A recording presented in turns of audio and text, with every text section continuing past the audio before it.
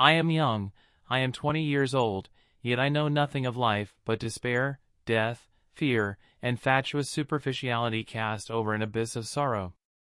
I see how peoples are set against one another, and in silence, unknowingly, foolishly, obediently, innocently slay one another.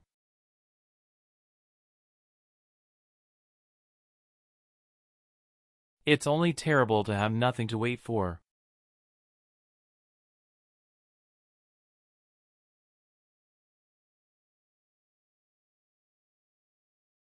But now, for the first time, I see you are a man like me. I thought of your hand grenades, of your bayonet, of your rifle. Now I see your wife and your face and our fellowship. Forgive me, comrade. We always see it too late. Why do they never tell us that you are poor devils like us, that your mothers are just as anxious as ours, and that we have the same fear of death, and the same dying and the same agony? Forgive me, comrade, how could you be my enemy?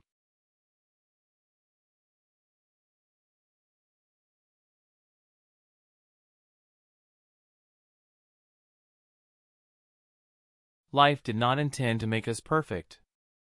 Whoever is perfect belongs in a museum.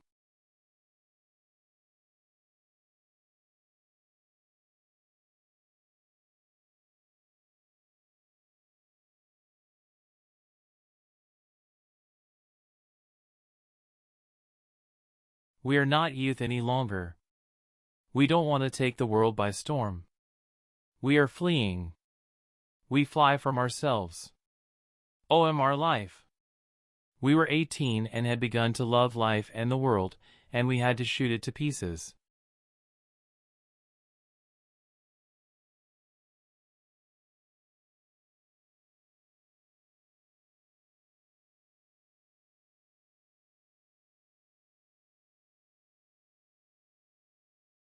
It is very queer that the unhappiness of the world is so often brought on by small men.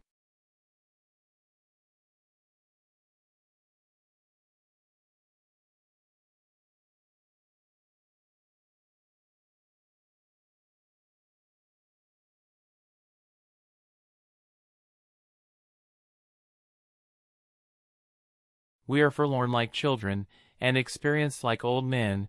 We are crude and sorrowful and superficial. I believe we are lost.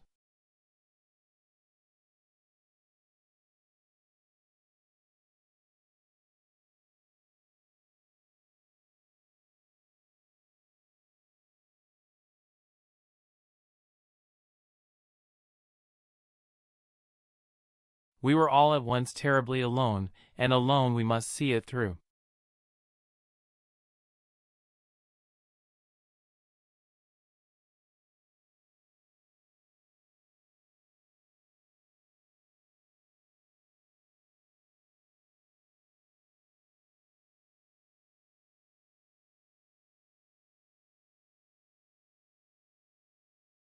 I did not want to think so much about her. I wanted to take her as an unexpected, delightful gift that had come and would go again, nothing more. I meant not to give room to the thought that it could ever be more. I knew too well that all love has the desire for eternity and that therein lies its eternal torment. Nothing lasts. Nothing.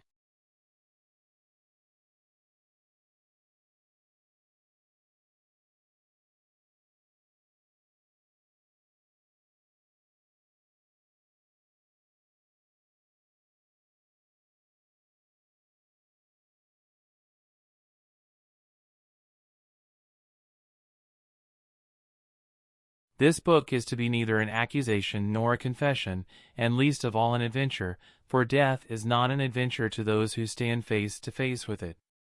It will try simply to tell of a generation of men who, even though they may have escaped shells, were destroyed by the war.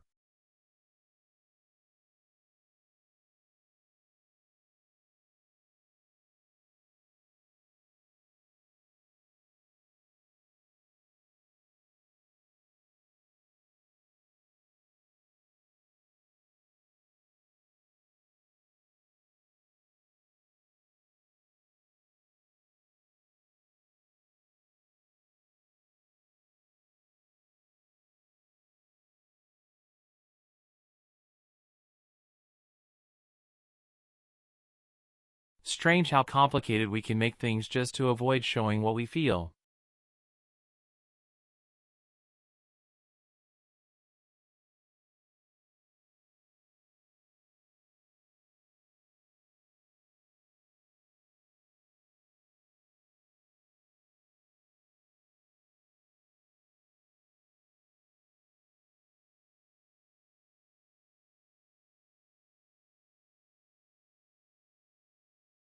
Keep things at arm's length. If you let anything come too near, you want to hold on to it. And there is nothing a man can hold on to.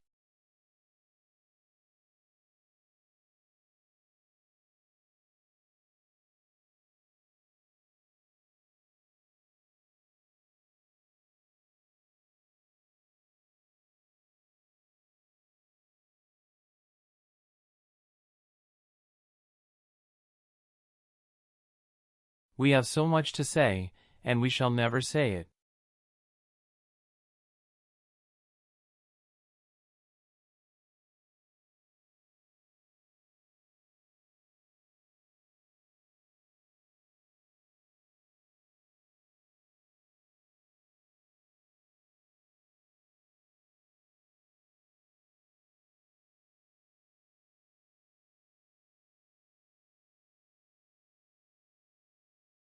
How senseless is everything that can ever be written, done, or thought, when such things are possible.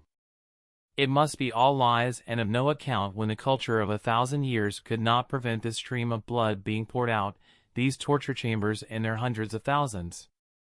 A hospital alone shows what war is.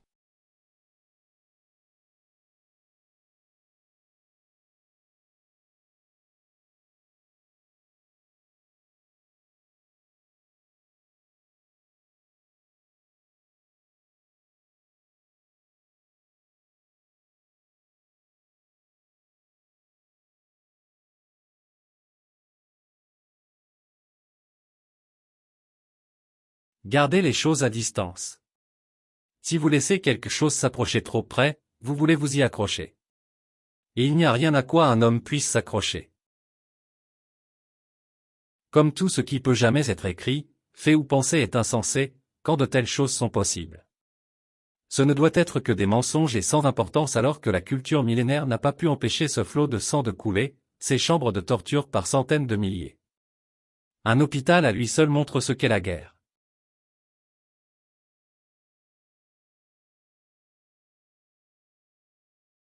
La vie est une maladie, mon frère, et la mort commence dès la naissance. Chaque respiration, chaque battement de cœur, est un moment de mort, une petite poussée vers la fin.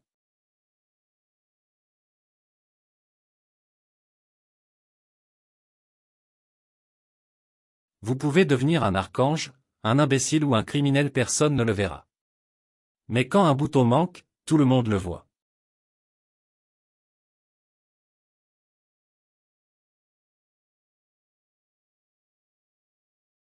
Il est tombé en octobre 1918, par une journée si calme et immobile sur tout le front, que le rapport de l'armée s'est borné à une seule phrase, tout calme sur le front occidental.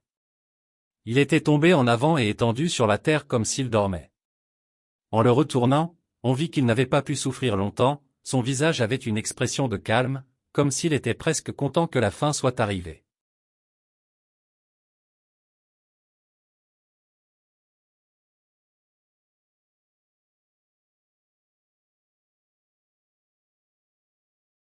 J'ai erré dans les rues en pensant à tout ce que j'aurais pu dire et faire si j'avais été autre que ce que j'étais.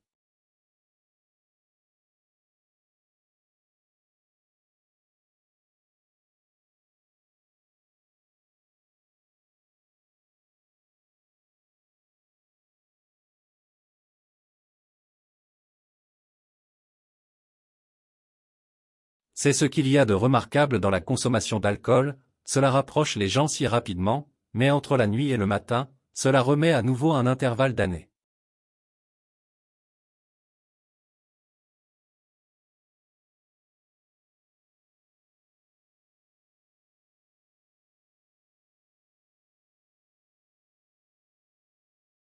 Nous sommes de petites flammes mal abritées par des murs frêles contre l'orage de dissolution et de folie, dans lequel nous vacillons et parfois presque s'éteignons, nous nous glissons sur nous-mêmes et avec de grands yeux regardons la nuit, et ainsi nous attendons le matin.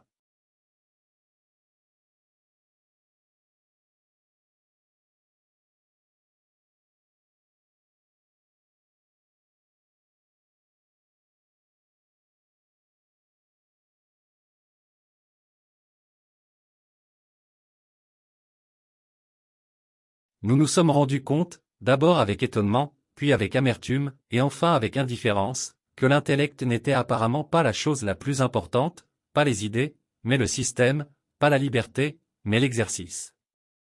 Nous nous étions associés avec enthousiasme et bonne volonté, mais ils ont tout fait pour nous en débarrasser.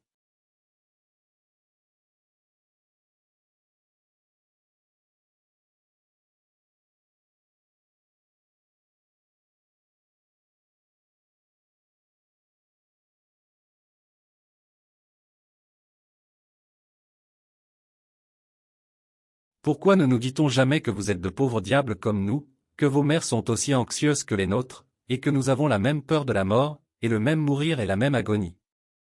Pardonnez-moi, camarade, comment as-tu pu être mon ennemi?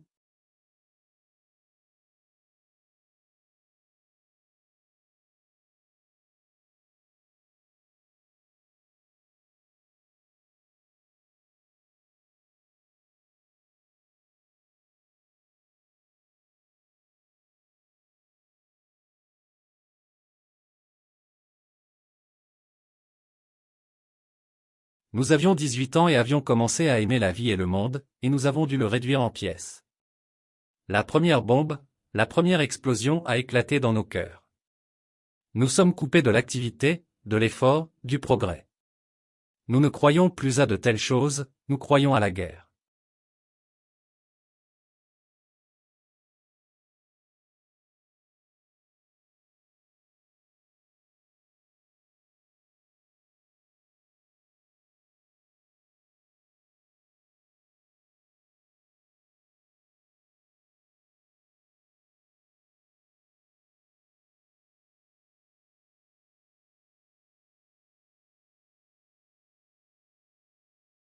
Je veux à nouveau ce ravissement silencieux.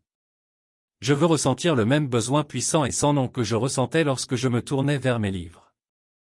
Le souffle de désir qui s'éleva alors des dos colorés des livres, me remplira à nouveau, fera fondre le lourd morceau de plomb mort qui gît quelque part en moi et réveillera à nouveau l'impatience de l'avenir, la joie rapide dans le monde de la pensée. Il ramènera l'ardeur perdue de ma jeunesse. Je m'assois et j'attends.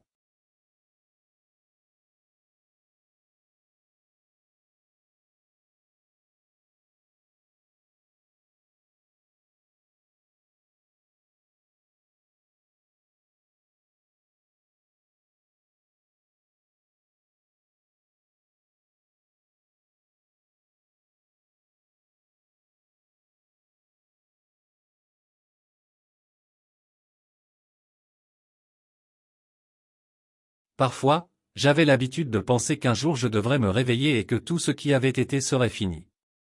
Oublié, coulé, noyé. Rien n'était sûr, pas même la mémoire.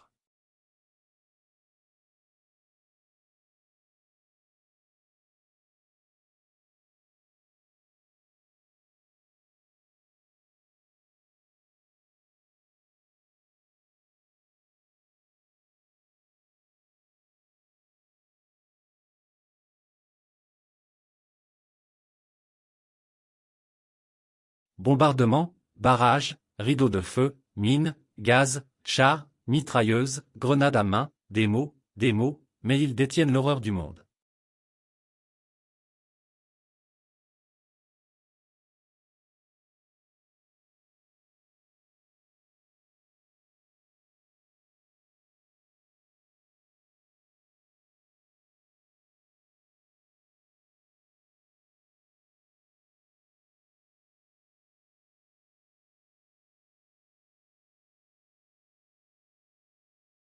La pudeur et la conscience ne reçoivent leur récompense que dans les romans.